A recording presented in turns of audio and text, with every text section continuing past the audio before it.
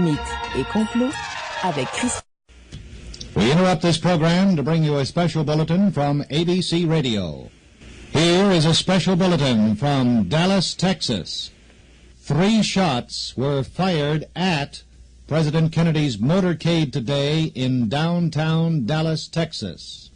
Now we return you to your regular program. Ouais, ça c'est évidemment l'enregistrement qui annonçait la mort. Effectivement, en fait le premier bulletin qui a été présenté à la radio annonçant l'attentat contre le président Kennedy, parce qu'on va poursuivre cette semaine ce dont on avait commencé à discuter la semaine dernière, c'est-à-dire cette fameuse commission qui avait été faite un peu en catimini au milieu des années 70 pour réenquêter sur 3 attentats politiques. Quand je dis politique, c'est un peu élargi parce qu'il y avait Martin Luther King qui n'était pas fondamentalement un politicien, mais qui était très impliqué dans des causes sociales. Donc Martin Luther King, le gouverneur de l'Alabama, qui était le gouverneur Wallace, et évidemment JFK. Mais avant d'aborder ça, Benoît, on aime toujours un peu s'alimenter de l'actualité, et puisqu'on parle d'assassinat, écoute, il y a deux petites nouvelles cette semaine que je voudrais te présenter. Ah oui, OK. Tu sais que... Écoute, je pensais que c'était un extrait de 728 Agent 3X, mais finalement, on était rentré dans la chronique. Oh, oui, absolument. Je suis un peu encore perdu. Là, oui, je comprends, mais tu vas-tu venir à cette réunion-là? Non. T'en prie. Donc, mauvaise écoute, formulation. Quand on parle on parle d'assassinat, tu parlais de l'agent 3X. Oui, je t'en prie. Il y a effectivement des femmes qui sont plus dangereuses que d'autres. Oui. Ah oui, raconte-nous ça. Et c'est le cas notamment de madame Estabaliz Carranza. Elle est actuellement en procès à Vienne parce que, crois-le ou non, elle s'est débarrassée de son mari et de son amant. Et après les avoir tués à coups de revolver 22 Beretta, elle a dépecé leur corps avec une chaîne, une scie à chaîne, pour ensuite enterrer leur corps dans le sous-sol de son petit... elle était propriétaire d'un petit magasin de crème glacée à Vienne. Et donc, grosso modo, l'histoire est la suivante. Donc, madame Carranza se marie une première fois avec un certain Holger Holtz, un individu un petit peu fainéant qui va rejoindre éventuellement les Hare Krishna. Donc, elle raconte... On essaie de trouver le lien ici. La robe... Mon maudit paresseux. Quoi qu'il en soit, donc... OK. On a un bruiteur en studio. OK. Et donc, elle épouse... Le bras vient de tomber. Elle épouse Monsieur Holtz, et puis lui, plutôt fainéant, se montre un peu violent envers sa femme. Ah non. Et puis on en a parlé un peu plus tôt des violences conjugales. Ça c'est jamais très très amusant, mais quoi qu'il en soit, elle décide elle prend probablement la bonne décision, elle décide de divorcer de ce Monsieur Holtz, mais comme Monsieur Holtz loge dans le petit appartement qui est adjacent à ce petit magasin de crème glacée qui a pignon sur rue à Vienne, Monsieur Holtz ne veut pas quitter les lieux. C'est assez surprenant. Ah, il colle. il colle. Donc, elle se trouve un amant, un certain Manfred Interberger, oui. Mais malgré son amant, ce monsieur Holtz reste collé sur place. Alors, elle essaie de lui faire comprendre que le temps est venu pour lui de quitter. Et comme on dit, si partir et mourir un peu, mourir, c'est partir beaucoup. Elle décide donc elle prend donc son revolver, un calibre 22, oui. Et va donc abattre ce monsieur Holtz alors qu'il est devant son écran d'ordinateur. L'histoire ne dit pas s'il regardait le film de la chambre. Mais quoi qu'il en soit, après l'avoir abattu, elle décide de dépecer le corps avec une chaîne aussi, une scie à chaîne. OK, c'est pas drôle. On parle d'une madame. Et ensuite, elle va le placer dans le congélateur pour faire durcir les membres. As-tu un effet spécial pour ça? Non, mais durcir les membres. Ah oui, il aurait fallu... OK. C'est un peu de... Hey, wow. Un peu de retenue. Oui, et donc, une fois que les membres sont durs... Oui. Elle décide d'inhumer les restes dans le sous-sol du petit magasin en question. Et là, elle continue. Le magasin de crème glacée? Le magasin de crème glacée. Donc, on ne sait pas trop si les membres ont été placés aux côtés du contenant de la crème glacée vanille ou pistache. Mais quoi qu'il en soit, elle enterre donc les parties de cadavres au sous-sol, en fait dans la cave. Et là, elle continue son aventure avec son amant du moment, Monsieur Hinterberger. Oui. Mais Monsieur Hinterberger se lasse visiblement de Madame Carenza et se trouve une autre maîtresse et il quitte la dame en question. C'est où ça? C'est à Vienne? Ça se passe à Vienne. Wow, ça swing à Vienne. Écoute, on est loin de Sicile, là. Donc, mais voilà qu'un an et demi plus tard, le monsieur Hinterberger en question revient à la petite boutique de crème glacée et là demande à Madame Carenza de le reprendre parce que visiblement c'est terminé. Madame Carenza, le cœur sur la main, évidemment, et l'autre main sur la chainsaw. Décide de le reprendre, mais là va découvrir dans ses courriels, dans ses textos, que le bonhomme en question semble entretenir des relations extramaritales, même s'ils ne sont pas mariés. Là. Donc, il saute la clôture. Elle essaie de lui en parler, et le soir de cette fameuse discussion, le type se couche, se tourne nez vers le mur et se met à ronfler. Pour Madame Carenza, c'en est trop. Elle fouille sous le matelas, où elle tire le fameux 22 Beretta utilisé pour assassiner son mari un an et demi plus tôt, abat à son tour M. Hinterberger, sort à nouveau là, découpe M. Hinterberger, découpe M. Hinterberger, le place également dans le congélateur à crème glacée et attend que les membres soient durs pour ensuite à nouveau les enterrer au sous-sol. Donc là, on est rendu à 2 cadavres. Mais ça va fondre dans le terrain du sous-sol. Ben là, au moins, elle a... Ça va puer le désespoir. Et voilà. Elle avait pas prévu ça. Donc, madame en question vend sa fameuse petite boutique de crème glacée, se rend en Italie. Et là, ben évidemment, les nouveaux propriétaires... sur le bras. Et là, voilà que les nouveaux propriétaires commencent à s'inquiéter à cause des odeurs nauséabondes qui émanent du sous-sol. Ouais, c'est-tu des pistaches dans la crème glacée qui puent de même? Donc, c'est que c'est ça. J'ai un frigidaire qui coule, moi, là. Et finalement, les nouveaux propriétaires vont faire appel à des gens pour inspecter les lieux, pour essayer de découvrir la source de cette odeur nauséabonde. Donc, des travaux d'entretien sont entrepris et là, on va découvrir les cadavres. Retour à l'envoyeur, les carabiniers italiens vont arrêter Madame Carenza, la renvoyer à Vienne pour y subir son procès. Et là, actuellement, le procès est en cours et Madame Carenza ne semble pas éprouver trop de remords concernant cette histoire de mari trompé. Elle a tranché la question. Hein? Ouais.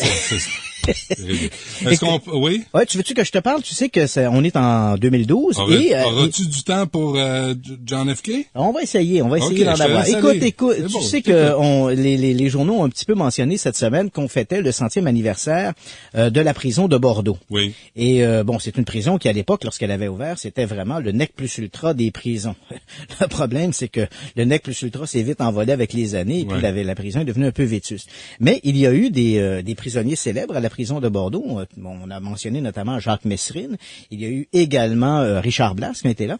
Et il y avait aussi un individu. L'histoire est liée aussi un peu mété-complot parce que tu sais que dans les années 50, il y a eu une célèbre histoire canadienne. Des chasseurs américains en 1953 ont été assassinés en Gaspésie. Et des objets, des artefacts appartenaient à ces gens-là. Donc une paire de jumelles, des sous, des dollars, un portefeuille également, je crois, avaient été retrouvés chez un certain Wilbert Coffin. Coffin a donc été arrêté. Il a toujours prétendu qu'il avait ou bien trouvé des cadavres qu'il avait détroussés, ou bien qu'il avait obtenu ces objets par une tierce personne.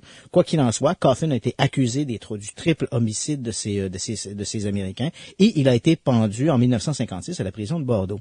Encore aujourd'hui, un peu plus de 50 ans après ces événements-là, on s'interroge sur la culpabilité de Coffin et certains croient que les autorités ont peut-être été un peu vite pour condamner Coffin, parce qu'il fallait absolument trouver, on comprend que la Gaspésie, le nord du Québec, était une terre de prédilection pour les chasseurs américains. Il y avait des sous à faire avec ça. Et évidemment, on ne pouvait pas laisser ce crime-là être impuni. Et on a vite passé la main sur Coffin. Et malgré ses doléances, on n'a pas poussé plus loin l'investigation. Et il y avait à la prison de Bordeaux un personnage qui s'appelait Rivard. Je sais pas si tu te rappelles de ce Rivard-là. On lui avait donné un boyau d'arrosage pour aller arroser la patinoire qu'il a utilisée pour passer le boyau d'arrosage par-dessus la clôture et finalement prendre la clé des champs. Ce même Rivard-là était lié avec le Mont Interlope de Montréal et certains ont prétendu que ce Rivard, le Mont Interlope de Montréal, aurait pu être impliqué dans l'assassinat, le plus célèbre assassinat du 20e siècle, l'assassinat de JFK. Mais Fabienne Larouche a fait un film là-dessus avec Rémi Girard. sur Rivard. Oui, absolument. Et Rivard est dans est représenté dans les romans de James Ellroy aussi. Ah oui? Ça, Pierre, j'ignorais. oui. Ça, j'ignorais. Ouais. Écoute, on va s'arrêter parce qu'après, on se lance dans John JFK. Kennedy. La mère de toutes les conspirations. Après ceci. Pour suivre Benoît Dutrisac sur Twitter, twitter.com/Dutrisac. Donc, le piège américain avec Rémi Girard par Fabienne Larouche. Et c'était Pete Bondurant, le personnage dans les romans de James Ellroy, qui faisait référence à Rivard. Bien. Donc, on en vient à cette conspiration, la mère de toutes les conspirations. Et là, je le dis tout de suite, c'est difficile de faire l'histoire Kennedy en 15 minutes. Je voudrais pas que les gens commencent à m'écrire « Oui, mais Monsieur Page, qu'est-ce que vous pensez de tel ou tel élément dans l'affaire? » On ne fera pas ici le procès pour complot. On ne fait qu'un survol. On ne fait qu'un survol, absolument. Donc, voilà. nous sommes le 22 novembre 1963. Kennedy se trouve à Dallas ce jour-là. Bon, donc, disons-le, JFK, c'est le 35e président des États-Unis. Il est en poste depuis 1960. Il a vaincu son rival républicain Richard Nixon de justesse. Certains diront qu'il a gagné un peu ses élections là avec en jouant des coudes. Hein.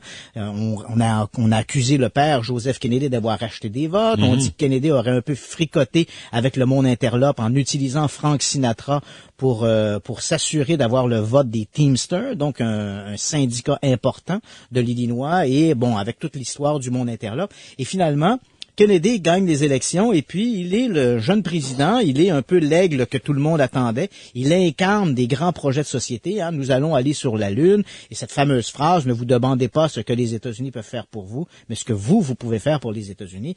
Donc il est jeune, il est père, il a des jeunes enfants. Donc tout ça contribue à créer une image excessivement charismatique du personnage. Malheureusement, ces politiques, en fait, il est un individu qui est très pour les droits civiques, et ce sont des politiques qui sont excessivement mal vues dans le sud des États-Unis, où il y a encore une forte ségrégation. Et donc, il organise ce voyage à Dallas en vue des prochaines élections qui doivent se tenir en 1964. Il débarque donc à Dallas ce jour-là, ce 22 novembre 1963. Au matin même, on a changé un peu le trajet de la limousine. Donc, la voiture s'engage vers le centre-ville de Dallas. Il est 12h29. La limousine vient de quitter Main Street et s'engage sur M Street. Et dans la voiture, faut bien le situer, Kennedy et son épouse sont assis à l'arrière du véhicule. Il y a un siège central dans lequel sur la banquette sur laquelle se trouve le gouverneur du Texas, le gouverneur Connelly, et son épouse Nellie. Et puis devant, il y a un garde du corps et le chauffeur. Et puis à midi 30 précisément, la voiture s'engage dans le Daily Plaza, donc sur Elm Street, et là, Madame Connelly se tourne vers le président Kennedy et il lui dit, alors que l'accueil est tout à fait chaleureux, elle lui dit, ne dites plus maintenant que le Texas ne vous aime pas. Et à peine a-t-elle lancé... C'est un démocrate et le Texas est reconnu pour être républicain. Et aussitôt a-t-elle prononcé cette phrase qu'une première détonation se fait entendre. Les gens dans la limousine diront plus tard, sur le coup, on a cru à la pétarade d'une moto de la police qui se trouve tout près de la limousine. Une deuxième détonation se fait entendre immédiatement. Cette fois, Kennedy porte les mains à la gorge. Il se tourne vers Jackie.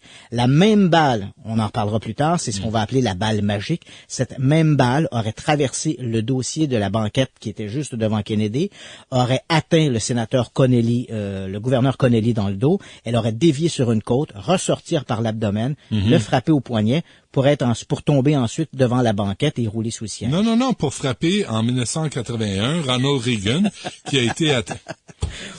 Benoît! Quelle théorie imbécile! Quelle théorie! Bon, enfin, donc, et là, immédiatement après cette deuxième balle, Connelly se tourne vers son épouse Nellie et lui dit « Ils vont tous nous tuer ». Et à partir de là, il se couche sur la banquette. Une troisième détonation. Et là, cette troisième détonation va atteindre Kennedy à la tête.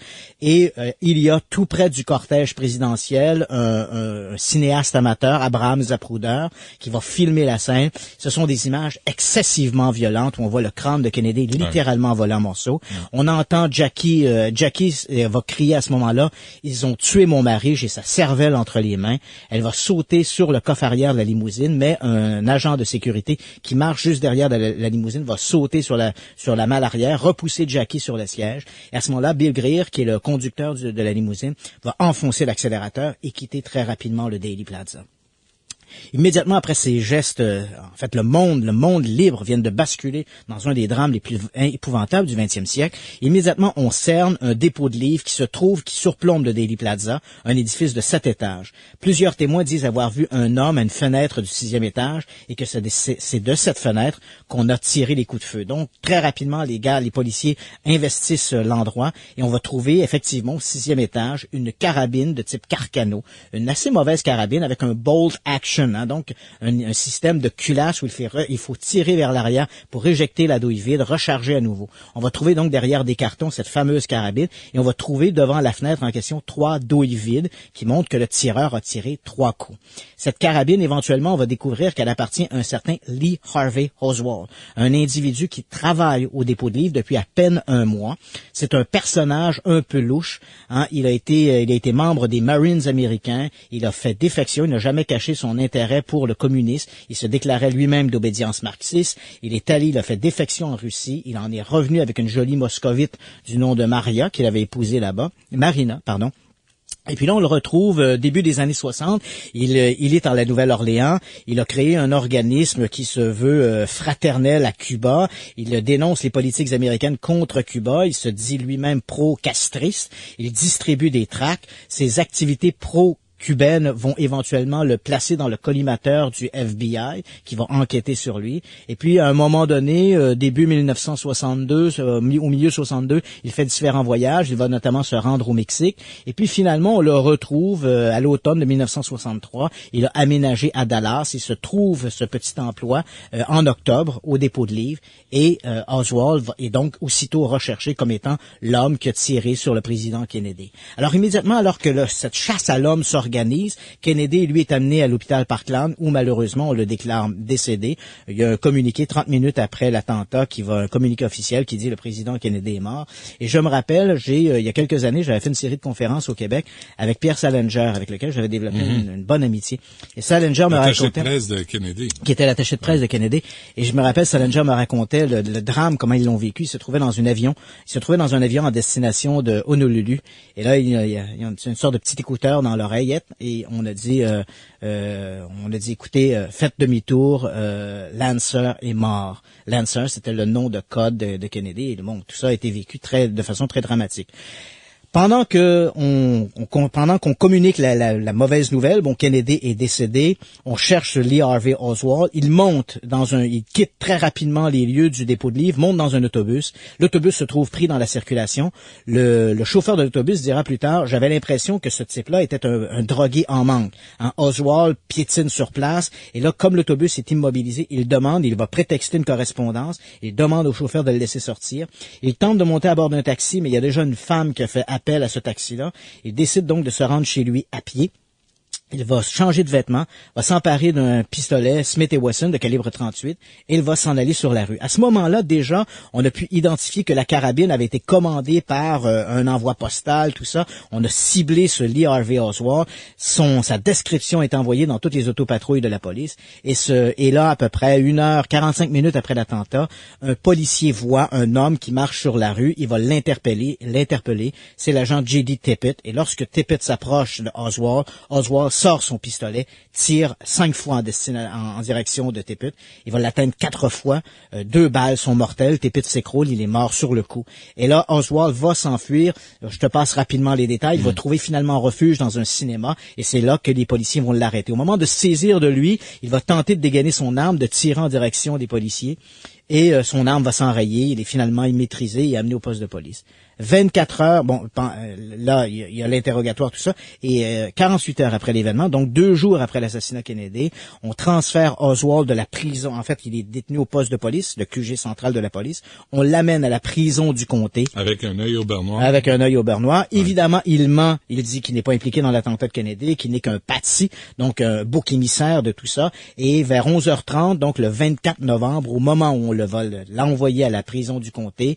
Ça se passe dans les sous-sols du quartier général de la police. Un tenancier de bar, Jacob Rubenstein, connu sous le nom de Jack Ruby, va s'approcher de lui. Ruby a ses entrées à la police. On l'a laissé rentrer. Il s'est mêlé à la foule des journalistes qui sont là. C'est la première fois qu'on a des images en direct d'un assassinat parce que Ruby va faire un pas en avant lorsque Oswald se trouve à sa portée. Il fait un pas en avant et abat Oswald. Et c'est des images de consternation. Tu comprends qu'avec l'assassinat de Oswald, il n'y a pas d'enquête préliminaire, il n'y a pas de procès. Ruby va dire, j'ai assassiné Oswald pour éviter à Jackie Kennedy l'odieux d'avoir à aller témoigner à un procès, au procès de l'assassin de son mari, et j'ai ainsi vengé la société américaine.